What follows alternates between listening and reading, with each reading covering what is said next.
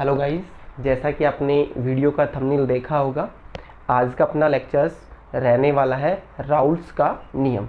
इससे पहले लेक्चर्स में अपन ने डिस्कस किया था वाष्प दाब, और आपको ये तो पता ही है कि ये अपनी वीडियो लेक्चर सीरीज चल रही है क्लास 12th सॉल्यूशंस चैप्टर की। तो आज अपन पढ़ने वाले हैं राउल्ट्स का नियम, जो आपका राजस्थान बोर्ड मतलब RBSC बोर्ड है, उसके अकॉर्डिंग ये टॉपिक आपका इम्पोर्टेंट रहने वाला है। यहाँ से कोई ना कोई क्वेश्चंस आपका देखने को मिलता है हर साल। तो अपन पढ़ने वाले हैं राउल्ट्स का नियम, और जिसको वाष्प दाब से संबंधित कोई डाउट्स हैं जो इससे पहले वाला लेक्चर्स था उसको देख सकता है, वो उसके बाद में इस लेक्चर्स पे आ सकता है। क्योंकि इस लेक्चर्स में जो राउल्ट्स का नियम अपन पढ़ेंगे, तो राउल्ट्स का नियम क्यों पढ़ रहे हैं वो चीज़ जानने वाले हैं। क्योंकि जो राउल्ट्स का नियम है, राउल्ट्स नामक साइंटिस्ट ने दिया है, और वो क्या बताता है उसको अपन जानने वाले हैं। फिर बाद में अपन पढ़ेंगे राउल्ट्स नियम क्या बोलता है क्या नहीं बोलता।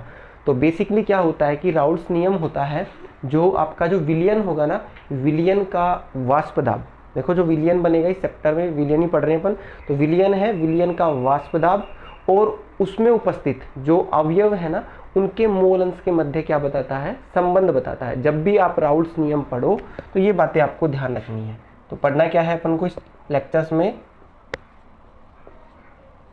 राउल्ट्स का नियम, ये अपन डिटेल में पढ़ने वाले हैं। इस लेक्चर्स के बाद में आपको राउल्ट्स के नियम से संबंधित कोई भी डाउट आपका नहीं रहेगा। इसको बोलते हैं राउल्ट्स लॉ, ये अपन डिस्कस करने वाले हैं।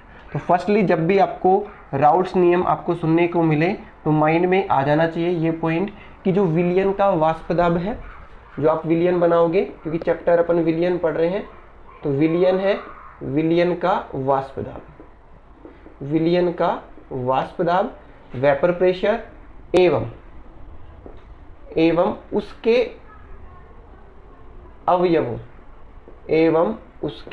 अवयवों के मोल अंश के मध्य क्या बताता है। देखो विलियन का वाष्प दाब एवं उसके अवयवों के मोल अंश, अवयवों के मोल अंश के मध्य क्या बताता है, के मध्य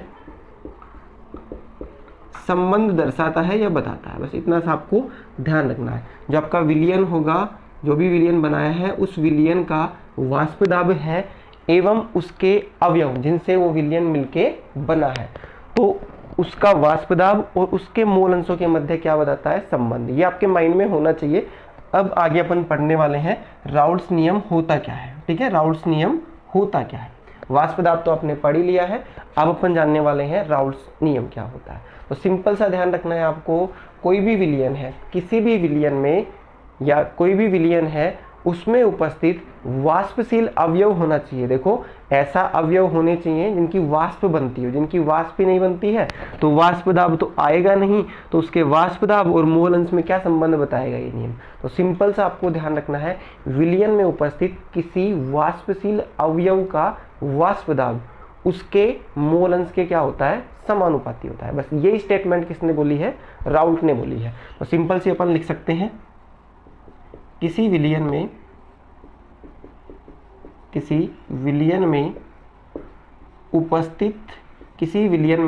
उपस्थित वाष्पशील अवयव का वाष्प दाब, वाष्पशील अवयव का वाष्प दाब उसके मोल अंश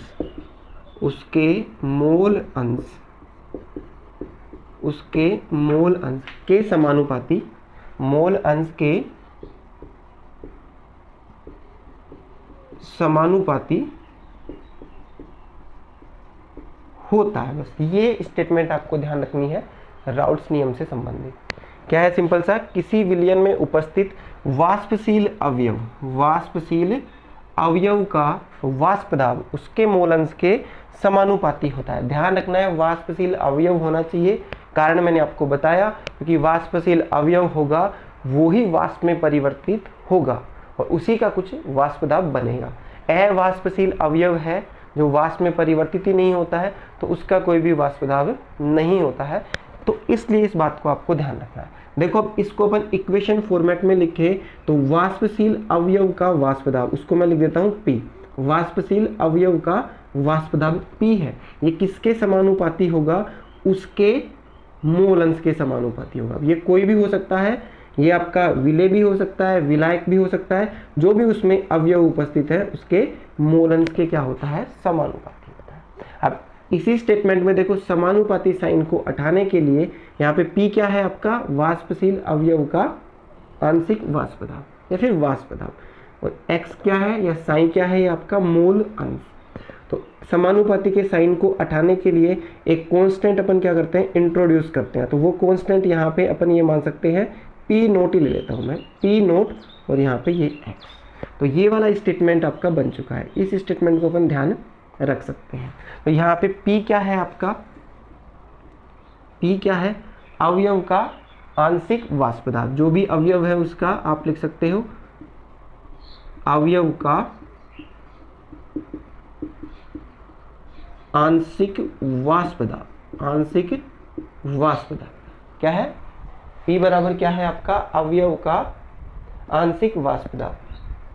यहाँ पे P नोट ये अपन यहाँ पे एक मान रहे हैं जो आपका समानुपाती स्थिरांक है, पर उसको यहाँ क्या मान के चल रहे हैं अपन, जो आपका ये अवयव है उसका क्या होगा, शुद्ध अवस्था में वाष्प दाब।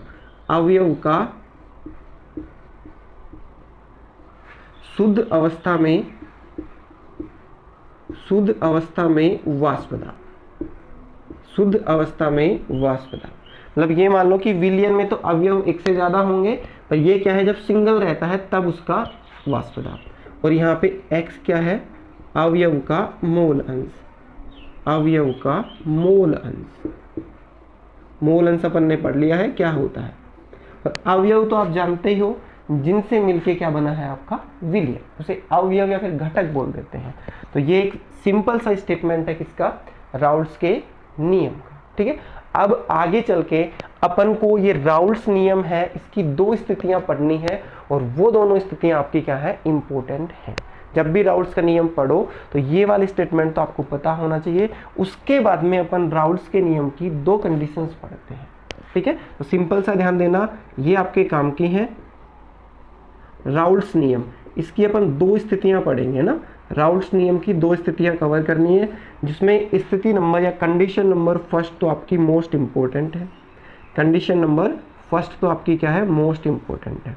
तो एक स्थिति अपन फर्स्ट पढ़ने वाले हैं और फिर बाद में सेकंड पढ़ेंगे, या तो इनको कंडीशंस बोल दो या फिर स्थिति, कंडीशंस 1, और सेकंड रहेगा कंडीशन या स्थिति सेकंड। तो देखो फर्स्ट कंडीशंस में अपन को क्या पढ़ना है, किस टाइप के विलयन का वाष्प दाब से संबंधित अपन राउल्ट्स का नियम पढ़ेंगे, उसको ध्यान दो।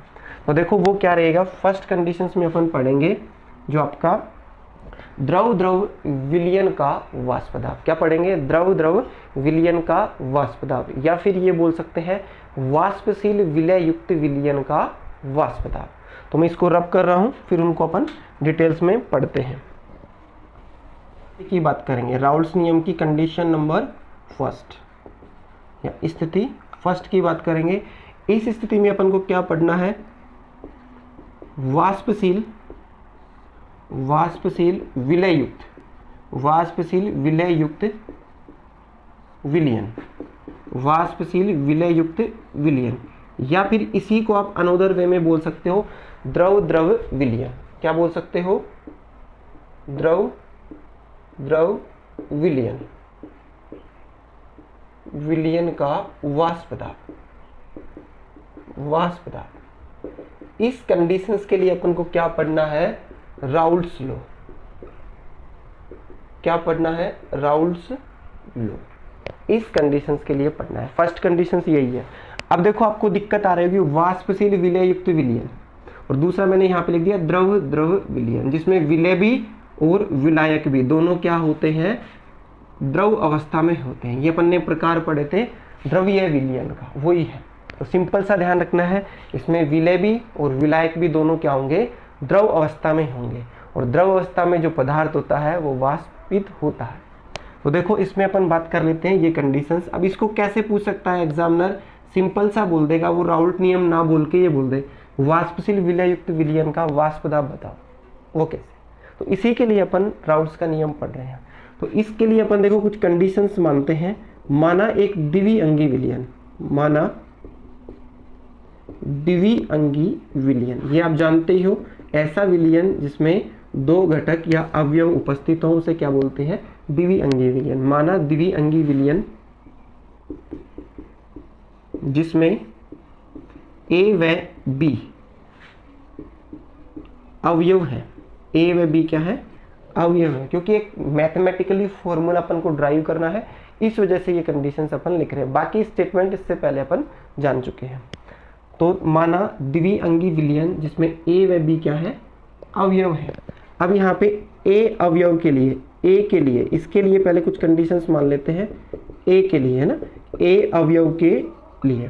तो यहाँ पे सिंपल सा ध्यान दो, A का आंशिक वाष्प दाब, A का आंशिक वाष्प दाब, ये अपन मान लेते हैं क्या है आपका, PA। A का आंशिक वाष्प दाब क्या है, PA, A का आंशिक वाष्प दाब, क्योंकि ये अपन ने पढ़ लिया था राउल्स नियम में, P बराबर P नोट X, ये पढ़ रखा था ना, यही है बस राउल्स का नियम, उसी को अपन अप्लाई कर रहे हैं इस टाइप के विलयन के लिए। तो मान लिया है ऐसे ही अपन ये लिख सकते हैं, A का मोल अंश, A का मोल अंश, A का मोल अंश, इसको अपन लिख लेते हैं XA, A का मोल अंश, इस तरीके से लिख सकते हैं। ऐसे ही अपन बात करते हैं B के लिए, अपन लिखना चाहें जो आपका कौन सा है, B अवयव है, B के लिए। अब B के लिए आप कंडीशन, चलो मैं इधर लिख देता हूं, ये आपका B है, दूसरा अवयव है B के लिए ना, इसके लिए भी अपन मान लेते हैं क्या है, जो B का आंशिक वाष्प दाब, B का आंशिक वाष्प दाब, आंशिक वाष्प दाब, आपको बस ध्यान बोर्ड पे होना चाहिए, ये कुछ कंडीशंस हैं बस वो अपन मान रहे हैं, फिर बस इसी फॉर्मेट के अकॉर्डिंग इनको अपन लिख देंगे। और ऐसा ही क्या है, B का मोल अंश, B का मोल अंश वो क्या है, XB। द्विअंगी विलयन माना उसमें दो अवयव हैं आपके A और B, तो A के लिए अपन ने मान लिया है A का आंशिक वाष्प दाब PA है और मोल अंश XA है, B के लिए भी ऐसा ही मान लिया है। अब अपन लिखते हैं राउल्स के नियम अनुसार, क्या इसके बाद में, दोनों स्टेटमेंट के बाद में राउल्ट नियम अनुसार या राउल्ट के नियम अनुसार। देखो राउल्ट का नियम क्या बोलता है वो अपन ने पहले भी जान लिया है, और इस टाइप के विलयन के लिए अपन अप्लाई कर रहे हैं। तो देखो A अवयव, इसी कॉन्सेप्ट को A के लिए लगाओ, राउल्ट्स के नियम के अनुसार A का आंशिक वाष्प दाब, A का आंशिक वाष्प दाब, तो A का आंशिक वाष्प दाब, A का आंशिक वाष्प दाब जो क्या है आपका, ये हो जाएगा PA, समानुपाती है उसके मोल अंश के। यही तो था स्टेटमेंट, किसी विलयन में उपस्थित वाष्पशील अवयव का, किसी विलयन में उपस्थित वाष्पशील अवयव का वाष्प दाब उसके मोल अंश के क्या होता है, समानुपाती। यही स्टेटमेंट है राउल्ट्स नियम का। तो ऐसा अपन ने लिख दिया। अब समानुपाती साइन को हटाने के लिए अपन एक कांस्टेंट क्या करते थे, इंट्रोड्यूस, जो यहाँ पे P नोट किया था, उस अवयव का शुद्ध अवस्था में वाष्प दाब। तो ऐसा लिख सकते हैं इसको, PA, समानुपाती का साइन हट गया तो P नोट A लिख सकते हैं, और XA ये किस अवयव के लिए अपन ने ड्राइव कर लिया है, अवयव A के लिए। ऐसा ही अपन बात करते हैं अवयव B के लिए, जो आपका B अवयव का, यह है आपका B अवयव का आंशिक वाष्प दाब, B अवयव का आंशिक वाष्प दाब। इसको अपन कैसे निकाल सकते हैं वो देखो, माना क्या है, P नोट PB, एक समानुपाती किसके होगा, इसके मोल अंश के। राउल्ट्स के अनुसार समानुपाती के साइन को हटाने के लिए अपन ने क्या कर लिया है, P नोट B, और यहाँ पे क्या हो गया, XB। स्पेस थोड़ा कम है तब इस तरीके से अपन लेके चल रहे हैं। ये सेकेंड इक्वेशन। तो दोनों अवयवों के लिए अपन ने राउल्ट्स के अनुसार उनका आंशिक वाष्प दाब बना लिया है। अब विलयन कैसा था आपका, द्विअंगी विलयन था, तो उसमें क्या थे, दो ही अवयव थे, ए और बी। तो पूरे चैप्टर में अपन ए को विलायक मान के चल रहे हैं और बी को अपन विलय मान के चल रहे हैं। आप इनको ऐसा भी मान सकते हो कि भाई ए आपका विलायक है और बी क्या है आपका विलय है, और दोनों ही द्रव अवस्था में है, और दोनों का अपन ने वाष्प दाब कैलकुलेट कर लिया। आंशिक शब्द आपका इसलिए यूज किया गया कि ये सारे अवयवों का थोड़ा थोड़ा है वाष्प दाब, मिलके फिर विलयन का वाष्प दाब आपका बनता है। तो देखो अब अपन बात करते हैं, इसके बाद में अपन को क्या करना है, विलयन का निकालना है। तो विलयन का वाष्प दाब, तो विलयन का वाष्प दाब क्या होगा, सिंपल सा आप लिख सकते हो ना, विलयन का वाष्प दाब, अतः विलयन का वाष्प दाब, जो आपका विलयन बना है उसका वाष्प दाब क्या होगा। तो देखो विलयन का वाष्प दाब आपको दिख रहा है, विलयन में दो अवयव हैं ए और बी, जो उनका वाष्प दाब होगा उनके योग के बराबर क्या आएगा, विलयन का वाष्प दाब। अरे आप लॉजिकली सोच के देखो कि विलयन है, उसमें ए और बी दो अवयव हैं, तो उन दोनों का जो आप ए और बी अवयव हैं उनका आप क्या निकाल लो, वाष्प दाब, और दोनों को जोड़ दो, वही किसका आ जाएगा, आपका विलयन का आ जाएगा। तो ऐसा लिख सकते हैं, विलयन को मैं पी टी लिख देता हूँ यहाँ पे, टी बराबर अपन मान रहे थे विलयन, तो विलयन का वाष्प दाब बराबर किसके हो जाएगा, पी ए अवयव का वाष्प दाब प्लस पी बी इन अवयवों का वाष्प दाब, और ए और बी का अपन ने वाष्प दाब निकाल लिया है। तो ये अपन जानते हैं समीकरण 1 व 2 से, आप चाहो तो लिख सकते हो, सजावटी बातें हैं ये, समीकरण 1 व 2 से आप इसको थोड़ा सा मॉडिफाई कर सकते हो। क्या लिख सकते हो, जो आपका क्या हो जाएगा, देखो यहाँ पे पी टी बराबर हो जाएगा P note A X A plus क्या हो जाएगा पी नोट बी और आपका एक्स बी।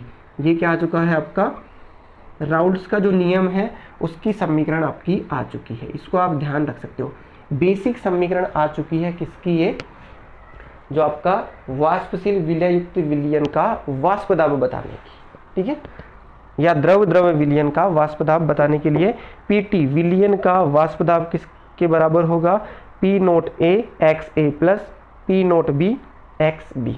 ये आपका क्या हो गया, राउल्स का नियम। अब इसी को अपन आगे चल के क्या करेंगे, थोड़ा सा मॉडिफाई करेंगे कि कुछ न्यूमेरिकल्स के अकॉर्डिंग अपन इस फॉर्मूले को बना सकें। तो पर देखो ये विलयन का वाष्प दाब है ना, विलयन का कुल वाष्प दाब या विलयन का वाष्प दाब, इससे संबंधित आप चाहो तो ऐसे भी लिख सकते हो, डाल्टन के अनुसार, डाल्टन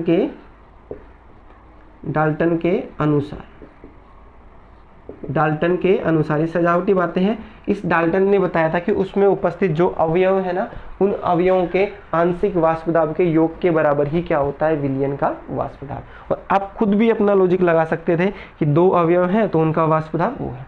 तो ये बेसिक सी अपनी इक्वेशंस बन चुकी है। अब इसको अपन आगे चल के थोड़ा सा मॉडिफाई करते हैं। तो आप जैसा कि इसका स्क्रीनशॉट ले सकते हो। अब अपन चलते हैं आगे। तो आगे चलने से पहले थोड़ा इसको क्लीन करते हैं। अपन ने यहाँ पे ध्यान देना, ये फॉर्मूला अपना आ चुका है।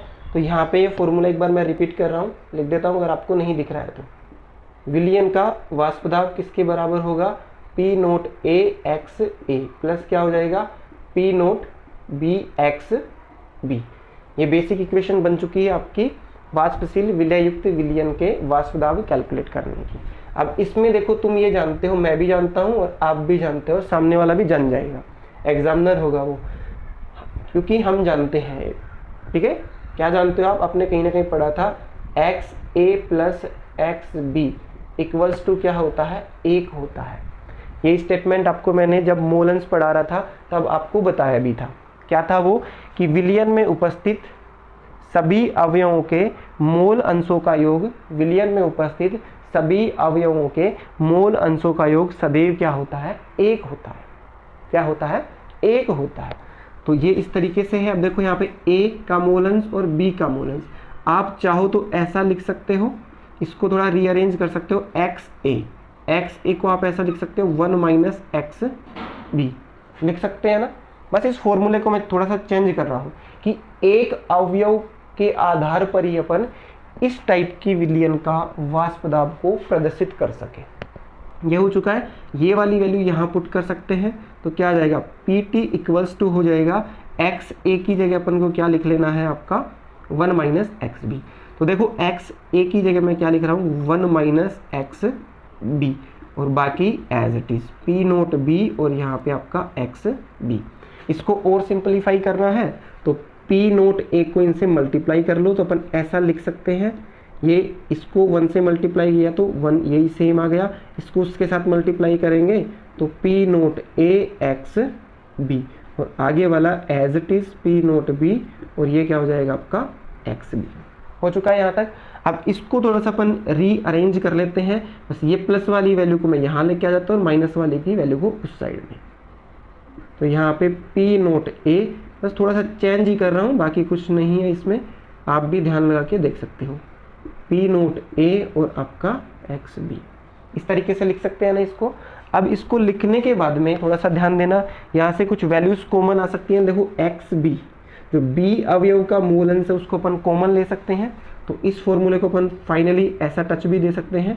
पी नोट ए कॉमन क्या आ गया आपका एक्स बी, कॉमन क्या आ चुका है एक्स बी, अपन ने कॉमन ले लिया है, बाकी क्या बचा है पी नोट बी माइनस क्या हो जाएगा पी नोट ए। तो देखो ये एक फॉर्मेट बनता हुआ नजर आ रहा होगा आपको। सेकंड फॉर्मूला आपको ये ध्यान रखना है, एक फॉर्मूला तो क्या है ये है, यहाँ तक भी आप करके आ सकते हो, राउल्ट्स का नियम वाष्पशील विलययुक्त विलयन के लिए। तो दो फॉर्मेट बने हैं। अब इस फॉर्मेट में और इस फॉर्मेट में आपको थोड़ा सा चेंज दिख रहा होगा। देखो इस फॉर्मेट में जो विलयन का वाष्प दाब है केवल एक अवयव, अवयव बी मान लें यहाँ पे, एक ही अवयव के द्वारा अपन विलयन के वाष्प दाब को प्रदर्शित कर सकते हैं, या एक ही अवयव के जो मूल अंश है उसको अपन क्या कर दें चेंज कर दें तो उसका वाष्प दाब भी क्या हो जाता है परिवर्तित हो जाता है। तो अपन लिख सकते हैं इस स्टेटमेंट को, अतः विलयन का वाष्प दाब, अतः विलयन के वाष्प दाब, अतः विलयन के वाष्प दाब को एक अवयव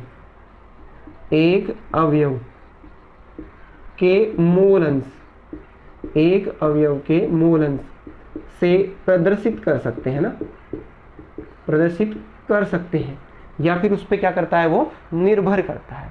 अब कभी आपको न्यूमेरिकल्स में ऐसा हो कि ऐसा कोई वाष्पशील विलययुक्त विलयन हो और उसका क्या निकलवा लें वाष्प दाब, और आपको केवल उसमें उपस्थित अवयव ए या फिर बी उसमें से एक ही अवयव का क्या बताए मूल अंश बताए, और पी नोट की वैल्यू आपको दी हुई मिलेगी, तो आप निकाल सकते हो उस विलयन का वाष्प दाब।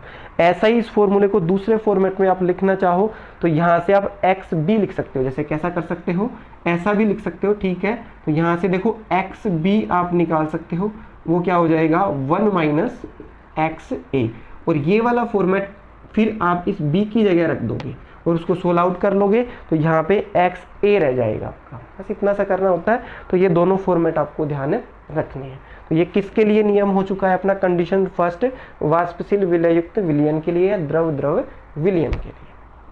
द्रव द्रव विलयन का मतलब आपको पता है विलय और विलायक दोनों क्या हो द्रव अवस्था में हो। अब आगे चल के अपन देखते हैं इसमें ग्राफ, एक ग्राफ बनाएंगे अपन जो इसका वाष्प दाब और मोल अंश के मध्य है। तो ये भी आपको ध्यान रखना है, तो आप स्क्रीनशॉट ले सकते हो। कस करते हैं ग्राफ, ठीक है। ग्राफ आपका इंपॉर्टेंट है, एग्जाम में पूछा जा सकता है। ग्राफ किस किस के मध्य बनाएंगे अपन, एक तो जो वाष्प दाब है विलयन का वो, और मोल अंश। तो सिंपल सा अपन लिखते हैं, ये आपका पूछ लिया जाए वाष्पशील विलय के लिए है मोल अंश एवं, मोल अंश एवं वाष्प दाब, जो आपका विलयन है उसका वाष्प दाब के मध्य ग्राफ या फिर वक्र। और ये भी ध्यान रखना है किसके लिए बना रहे हैं अपन, ये वाष्पशील विलययुक्त विलयन के लिए या फिर द्रव द्रव विलयन के लिए। तो ग्राफ बनाने से पहले मैं यहाँ पे दो एक्सिस मान लेते हैं, ये आपकी एक्स एक्सिस है और ये आपकी वाई एक्सिस है। तो यहाँ पे एक लाइन में और अभी ड्रॉ कर लेता हूँ, मतलब आपको समझ में आएगा। अब इस पे एक्स एक्सिस पे अपन ले लेते हैं वाष्प दाब, क्या ले लेते हैं वाष्प दाब, और इसको अपन पी से रिप्रेजेंट कर रहे हैं। तो इस प्रकार हो गया, ये पीटी भी आप बोल सकते हो विलयन का, या उसमें उपस्थित अवयव है उनका वाष्प दाब। ये हो चुका है। अब ध्यान देना यहाँ पे, क्योंकि किसके लिए बना रहे हैं द्विअंगी विलयन है और वाष्पशील विलययुक्त विलयन के लिए। तो देखो यहाँ पे मैं एक अवयव है आपका एक्स ए का मूल अंश, और यहाँ पे मैं ले रहा हूँ क्या वाई एक्सिस पे मूल अंश, इनकी बात कर रहे हैं मूल अंश की। ये इस तरीके से मैंने मोल अंश ले लिए यहाँ पे। अब इस पॉइंट पे ए अवयव का मोल अंश मैं मान लेता हूँ 1। तो इधर चल रहे हैं अपन धीरे धीरे, ये इस पॉइंट पे जाके XA बराबर क्या है 0 है, ये मान रहे हैं अपन। और यहाँ पे क्या है, ये आपका XB, तो ये 100% मतलब 1 है, तो ये आपका 0। और यहाँ पे क्या है, ये आपका XB, ये क्या है आपका 1। ठीक है, A आपका यहाँ पे विलायक मान लो, B क्या है आपका विलेय है। ये मान लो A आपका विलायक है और B क्या है आपका विलेय। तो सिंपल सा ध्यान देना, यहाँ पे देखो XA बराबर 1 बोल लो अंकों में, या फिर आप परसेंटेज की बात करो तो 100%। जो आपका विलियन है उसमें इस पॉइंट पे क्या है, केवल एक ही अवयव है। ठीक है, XA की क्वांटिटी कितनी है 1, या 100% वही है। तो देखो ये आप बोल सकते हो शुद्ध अवस्था में है, अरे विलियन बनाए उसमें केवल XA अवयव मतलब केवल विलायक है, ये मान लो अभी के लिए। तो शुद्ध अवस्था में है, और शुद्ध अवस्था में उसका वाष्प दाब ये मान लेते हैं, ये यहाँ पे क्या है उसका वाष्प दाब। A अवयव का अकेला है तो शुद्ध है, प्योर है वो, तो उसका वाष्प दाब इतना वाष्प दाब आया इस पॉइंट पे। तो इसको अपन बोल सकते हैं P नोट A नहीं दिख रहा है, थोड़ा बड़ा लिख देता हूँ मैं, P नोट A, क्योंकि शुद्ध अवस्था में 100% वही है यहाँ पे। अब बात करते हैं आगे चल के, जैसे जैसे अपन इधर जा रहे हैं A आपका कम होता जा रहा है और B की वैल्यू बढ़ती जा रही है। तो इस पर्टिकुलर पॉइंट पे जो XB मतलब B का मोल अंश या B अवयव क्या है आपका अकेला है, वो शुद्ध अवस्था में 100% वही है, A यहाँ पे 0 है उसकी मात्रा। तो इसका मैं यहाँ पे ये मान लेता हूँ, चलो इसको और थोड़ा बड़ा करते हैं, यहाँ पे मान लेता हूँ। तो केवल शुद्ध अवस्था में कौन है, अकेला है, प्योर है, तो इसका वाष्प दाब शुद्ध अवस्था में वाष्प दाब P नोट B मान लेते हैं। अब किसी के माइंड में डाउट आ रहा होगा, सर इसका वाष्प दाब आपने कम लिया है क्योंकि ये वैल्यू है 1 2 3 4 ऐसे वैल्यू चल रही है, और इसका आपने ज़्यादा लिया है। तो आप चाहो तो इसका ज़्यादा ले सकते हो, चाहे इसका कम ले सकते हो, पर कंडीशंस वो बता दे आपको कि A का वाष्प दाब क्या है, ज़्यादा है, A का वाष्प दाब क्या है ज़्यादा है B से, तो फिर A का आपको ज़्यादा रखना है। पर यहाँ पे आप सिंपल ये मान लो कि A अपन मान ले क्या है, A आपका जैसे सपोज करके चलो कि वाटर मान लें, पानी मान लें, H2O है, और B आपका क्या है, B आपका क्या हो जाएगा, जैसे एल्कोहल मान लो, पानी और एल्कोहल मान लो, सपोज कर रहे हैं, वैसे नॉर्मली ध्यान रखना। तो अपन ने पढ़ रखा था इससे पहले वाले लेक्चर्स पे, एथेनॉल का क्या होता है, वाष्प दाब ज़्यादा होता है। तो ये मान लो कि B का वाष्प दाब अपन ज़्यादा मान के चल रहे हैं A की तुलना में। ठीक है, यहाँ पे क्या है, सिंपल सा ध्यान दे लेना, इधर मैं लिख देता हूँ नोट, ये आपको थोड़ा सा ध्यान रखो है ना। जो वाष्प दाब है आपका, वाष्प दाब मैं लिख देता हूँ, जो आपका B का क्या है A से ज़्यादा। अब आपको दिक्कत नहीं होगी, कंडीशंस के हिसाब से अपन ने ऐसा बना लिया। अब आपने पढ़ रखा है ये वाला स्टेटमेंट, नहीं पढ़ रखा है तो उसको मैं एक बार वापस रिपीट कर देता हूँ। उस अवयव का आंशिक वाष्प दाब उसके किसके बराबर समानुपाती होता है, मोल अंश से, यही राउल्ट का नियम है। तो देखो इधर चल रहे हैं अपन धीरे धीरे, XA अवयव की क्वांटिटी क्या होती जा रही है, कम, तो इसका वाष्प दाब भी क्या होगा, कम होता जाएगा। क्या होता जाएगा, कम होता जाएगा। और यहाँ पे अपन इधर जा रहे हैं इस साइड में, तो B का मोल अंश बढ़ रहा है, और मोल अंश बढ़ेगा तो उसका वाष्प दाब भी बढ़ेगा। तो ये वाली वैल्यूज आपकी कहीं ना कहीं ऐसे बनेगी। तो इधर से अपन जा रहे हैं, वैल्यू बढ़ती जा रही है, थोड़ा सा इसको ठीक बना सकते हैं अपन, स्ट्रेट लाइन है ना, इस तरीके से बन जाएगा ये। तो इस लाइन को अपन ऐसा लिख सकते हैं P नोट A, इसको अपन या फिर ऐसा लिख लो सिंपल सा, A अवयव का वाष्प दाब किसके बराबर हो जाएगा, राउल्ट के नियम के अनुसार P नोट A XA। ऐसे B की बात कर लें तो ये कैसा लिखा जा सकता है, P और B अवयव का आंशिक वाष्प दाब किसके बराबर होगा, उसके शुद्ध अवस्था में वाष्प दाब और उसके मोल अंश के गुणनफल के बराबर हो सकता है ना। ये इस तरीके से अपन ने इसको लिख लिया है। अब बात करते हैं विलियन की। अब विलियन का वाष्प दाब आपको पता है कि दोनों अवयवों के वाष्प दाब के योग के बराबर होता है। तो यहाँ से एक स्ट्रेट लाइन अपन खींचते हैं, यहाँ पे ये जाके यहाँ मिल गई है, ये मिल गई। तो दोनों को ऐड कर दो, ये वाली लाइन है, ये लाइन किसको दर्शा रही है, विलियन को। तो PT विलियन का वाष्प दाब ऐसा हो सकता है P note A XA plus क्या हो जाएगा P नोट B और आपका XB। किसी को आप और शॉर्ट फॉर्म में ये लिख सकते हो PA प्लस PB, जो भी आपको अच्छा लगे वो फॉर्मेट आप लिख सकते हो। तो इस तरीके से क्या बनेगा आपका वाष्पशील विलय युक्त विलयन या द्रव द्रव विलयन के लिए क्या बनेगा आपका ये ग्राफ बनेगा। इस ग्राफ को आपको ध्यान रखना है। पेपर में पूछा जाए द्रव द्रव विलयन या वाष्पशील विलययुक्त विलयन में मोल अंश और वाष्प दाब के मध्य ग्राफ बनाओ। तो देखो इसमें आपको दिख रहा होगा, इस ग्राफ से आप क्या बोल सकते हो, इस ग्राफ से आप बोल सकते हो कोई भी अवयव है, किसी एक अवयव के मोल अंश में परिवर्तन करने पर इधर लिख देता हूं, परिवर्तन करने पर वाष्प दाब में क्या होता है, वाष्प दाब में रेखिक परिवर्तन होता है। रेखिक क्या होता है, परिवर्तन होता है। देखो ए का अपन जैसे इसको कम करते जा रहे थे, यहाँ पे एक्स ए का मोल अंश 100 था या 1 था, जैसे इधर जा रहे हैं कम होता जा रहा है, तो देखो रेखिक परिवर्तन हो रहा है ना। इसका देखो बी का धीरे धीरे इधर जा रहे थे, बढ़ता जा रहा था, तो रेखिक परिवर्तन हो रहा है। अब आपसे कोई इस पर्टिकुलर पॉइंट पे, इस पॉइंट पे कुछ भी वैल्यूज हो सकती है, जैसे एक्स की वैल्यू या मान लो एक्स ए की वैल्यू यहाँ पे क्या है आपकी 7 है, 0.7 इतना बोल सकते हो, 0.7, और इसी पॉइंट पे बी की क्या है, एक्स बी 0.3, दोनों का सम क्या होगा 1 आएगा, क्योंकि अपन ने पढ़ रखा है। तो इस पॉइंट पे विलयन का वाष्प दाब पूछ ले आपसे, विलयन का वाष्प दाब, तो सीधा ही क्या हो जाएगा विलयन का वाष्प दाब, ये लाइन जहाँ कट करेगी ये वाली वैल्यूज। ऐसे अपन इस ग्राफ को रीड करते हैं, ठीक है ना, इतना सा आपको ध्यान रखना है। तो किसके लिए कंप्लीट हो चुका है अपना वाष्पशील विलययुक्त विलयन के लिए अपन ने क्या पढ़ लिया है, राउल्ट्स का नियम वाले हैं। राउल्ट्स नियम की कंडीशन नंबर 2 या स्थिति नंबर 2। तो दूसरी स्थिति क्या है, ये क्या है आपका अवाष्पशील विलययुक्त विलयन, अवाष्पशील विलययुक्त विलयन का वाष्प दाब अपन निकालेंगे, उसके लिए राउल्ट नियम अप्लाई करेंगे। तो अवाष्पशील विलय मोस्टली क्या होते हैं, मुख्यतः ठोस, जो भी आपको ठोस लिखा हो मिले तो जान लेना कि वो क्या है, अवाष्पशील है। अवाष्पशील विलययुक्त विलयन का वाष्प दाब निकालना है, या फिर ऐसा कुछ लिख दे वो पेपर में कि ठोस द्रव विलयन का वाष्प दाब, और इसके लिए राउल्ट नियम क्या होगा उसको अपन अभी जानने वाले हैं। तो इसके लिए अपन राउल्ट नियम, ये स्थिति नंबर कौन सी है, 2, कंडीशन नंबर 2, ध्यान दे लेना। फर्स्ट अपन ने पढ़ लिया है और फर्स्ट ज़्यादा इंपॉर्टेंट है, ये कंडीशन नंबर 2 है। तो देखो सिंपल सा आप ध्यान रखो कि अवाष्पशील विलय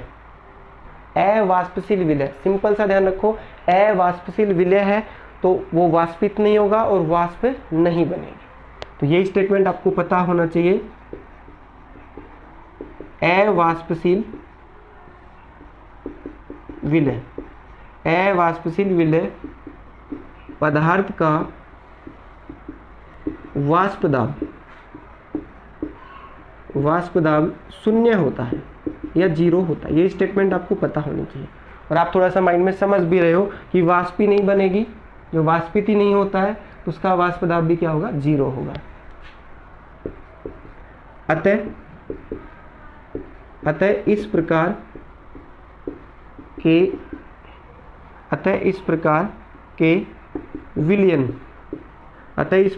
विलयन का वाष्प दाब केवल विलयन का वाष्प दाब केवल विलायक के वाष्प दाब के बराबर होता है, केवल विलायक के वाष्प दाब के बराबर होता है ना, वाष्प दाब के बराबर होता है। ये थ्योरी है, आप वैसे भी लिख सकते हो, मैंने लिख दिया है। नॉर्मली देखो अपन ने पढ़ा था ये PT बराबर होता है उसमें उपस्थित A अवयव और आपका B अवयव, ऐसा पढ़ रखा था। पर यहाँ पे जो B है आपका, इसको विलय मान रहे हैं, और ये विलय क्या है आपका, ये कौन सा विलय है, अवाष्पशील, ये मान लो अवाष्पशील है, तो इसका वाष्प दाब क्या हो जाएगा, 0, क्या हो जाएगा 0। तो यहाँ पे सिंपल सा क्या होगा, PT डिपेंड करेगा केवल PA, मतलब विलायक पे ही डिपेंड करेगा। जो विलयन का वाष्प दाब है विलायक का जो वाष्प दाब आएगा उसके बराबर ही होगा। तो यहाँ पे ठोस द्रव का मतलब यही था कि ठोस क्या है आपका, विलेय है, और ये द्रव क्या है आपका, विलायक। तो किस पे निर्भर करेगा, केवल विलायक पे निर्भर करेगा। अब इसी पे अपन अप्लाई कर लेते हैं राउल्ट्स के नियम के अनुसार। राउल्ट नियम अनुसार अपन बोल सकते हैं इस प्रकार के विलयन का वाष्प दाब, इस प्रकार के विलयन का वाष्प दाब, विलायक के वाष्प दाब विलायक के मोल अंश के समानुपाती होता है। मोल अंश के समानुपाती होता है, क्या होता है, मोल अंश के समानुपाती। तो अपन ये लिख सकते हैं Pt डायरेक्टली प्रोपोर्शनल होगा आपका XA। इसको आप लिख सकते हो Pt बराबर हो जाएगा P नोट A और यहाँ पे XA। इस तरीके से आप इसको लिख सकते हैं, ठीक है। केवल एक के ही योग के बराबर होगा। ये किसके लिए हो चुका है, ये वाला फॉर्मेट ध्यान रखना है। देखो दोनों में अंतर आ रहा है। ये अवाष्पशील विलय युक्त विलयन के लिए वाष्प दाब कैलकुलेट करने का। अब ग्राफ पूछ ले आपसे, तो ग्राफ कैसे बनाओगे उसको भी अपन जान सकते हैं। देखो मैं इसको रब कर रहा हूँ और ग्राफ बनाने की कोशिश इधर कर रहा हूँ। तो ग्राफ किसके मध्य बनेगा आपका, मोल अंश वही है। किसके मध्य बनाओगे आप ग्राफ, जो आपका मोल अंश है और वाष्प दाब, और क्या है आपका वाष्प दाब। तो ग्राफ बनाओगे और किसके लिए है ये, ठोस द्रव विलयन के लिए या फिर अवाष्पशील विलय युक्त विलयन के लिए। तो ये ग्राफ देखो, उसी को मैं बनाने की कोशिश कर रहा हूँ। यहाँ पे अपन क्या ले लेते हैं, वाष्प दाब, क्या है वाष्प दाब ले लिया है अपन ने। और यहाँ पे क्या है आपका XA, ये क्या है, ये मान लो कि 1% मान लो। और यहाँ पे क्या है आपका, चलो इसको मैं, चलो ये 1 ही मान लेता हूँ, है ना, 1 है। और यहाँ पे 0 मान लेता हूँ, 0 है। और यहाँ पे क्या है XA बराबर 1 है। और आपका देखो, आप B मानना चाहो तो ये 1 मान सकते हो, और यहाँ मानना चाहो तो आप क्या हो जाएगा 0 मान सकते हो, ठीक है। और B का तो क्या होता है, A है तो भी इसका वाष्प दाब क्या होगा, B है इसका वाष्प दाब, क्योंकि ये क्या है अवाष्पशील, तो इसका वाष्प दाब 0 होगा। तो पॉइंट पे रख लेते हैं, इसको मैं क्या कर दिया हूँ रफ। और यहाँ पे क्या है आपका मोल अंश, तो एक ही अवयव पे डिपेंड करेगा। और यहाँ पे मैक्सिमम होगा, वो क्या होगा P नोट A। तो सिंपल सा ध्यान रखना है। विलयन के लिए भी आपका यही ग्राफ हो जाएगा, विलयन के लिए भी यही होगा। तो आप चाहो तो इसको लिख सकते हो PT इक्वल्स टू हो जाएगा P नोट XA। ये आपका इस तरीके से ग्राफ बनता है। तो ये अपनी राउल्ट्स नियम की दोनों स्थितियां हो चुकी हैं और राउल्ट्स नियम को अपन समझ चुके हैं। तो राउल्ट्स नियम को एक बार मैं फिर रिपीट कर रहा हूँ। बेसिक स्टेटमेंट क्या था राउल्ट्स नियम का, राउल्ट्स नियम का बेसिक स्टेटमेंट अपन ने ये लिखा था कि किसी विलयन में उपस्थित वाष्पशील अवयव, विलयन में उपस्थित वाष्पशील अवयव का, ये स्टेटमेंट था राउल्ट्स नियम का कि वाष्पशील अवयव का वाष्प दाब किसके समानुपाती होता था, अवयव के मोल अंश के समानुपाती होता है। ये स्टेटमेंट है आपके, बस ये माइंड में होना चाहिए राउल्ट्स नियम का। और कंडीशंस देखना चाहो तो सारी चीजें स्थिर ताप पे करेंगे ना, ताप वगैरह आप परिवर्तित करोगे तो थोड़ा बहुत चेंज होगा। स्थिर ताप पर विलयन में उपस्थित किसी अवयव का वाष्प दाब या अवयव का आंशिक वाष्प दाब अवयव के मोल अंश के समानुपाती होता है। और उसको अपन ने ऐसा लिखा था इसी लेक्चर्स में, स्टार्टिंग में देखो रिपीट कर रहे हैं थोड़ा सा, यहाँ पे x ये लिखा था। अब समानुपाती के साइन को हटाने के लिए मैंने क्या लगाया था, P नोट और XA। तो ये फॉर्मेट बना था बेसिक। बस इसी को अपन ने अप्लाई किन पे किया है, दो कंडीशन पे, एक तो वाष्पशील विलय युक्त विलयन के लिए और सेकंड आपका अवाष्पशील विलय युक्त विलयन के लिए। और इसको देखो आप रीड करना चाहो तो क्या रीड कर सकते हो, ऐसा लिख सकते हो आप, ऐसा लिख सकते हो, अतः विलयन में उपस्थित अवयव का वाष्प दाब, अवयव का वाष्प दाब उसके शुद्ध अवस्था, उसके शुद्ध अवस्था में वाष्प दाब व उसके मोल अंश के गुणनफल के बराबर होता है, गुणनफल के बराबर होता है, बस इतना सा आपको ध्यान रखना है। ये स्टेटमेंट थे, ये आपका राउल्स का नियम कंप्लीट होता है। अब इसमें एक नोट और मैं आपको लिखवा देता हूँ, कभी बोर्ड्स में आपको पूछ लिया जाए तो नोट क्या है उसको भी थोड़ा सा आप ध्यान दे लो। नोट ध्यान रखना ये, यदि आपको देखो अपन ने दो नियम पढ़े हैं, हेनरी का नियम और ये आज राउल्स का नियम, तो ध्यान रखना ये है आपका हेनरी का नियम, हेनरी का नियम और राउल्स लॉ, इसके मध्य में थोड़ा सा आपको संबंध बताने की कोशिश कर रहा हूँ।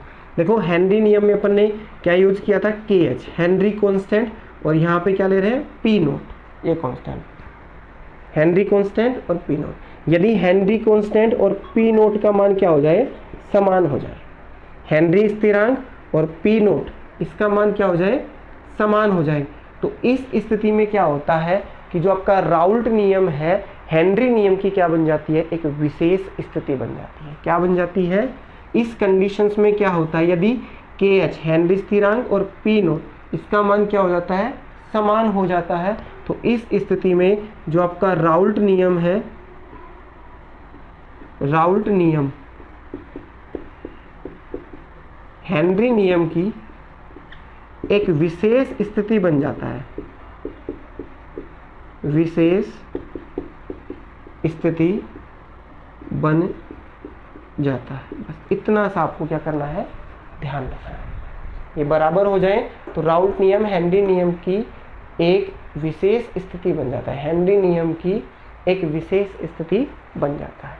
तो ये आपका हेनरी नियम का संबंध भी मैंने बता दिया है और अपन ने राउल्स लॉ भी कंप्लीट कर लिया है उसकी दोनों स्थितियों के साथ। तो थैंक यू फॉर वॉचिंग।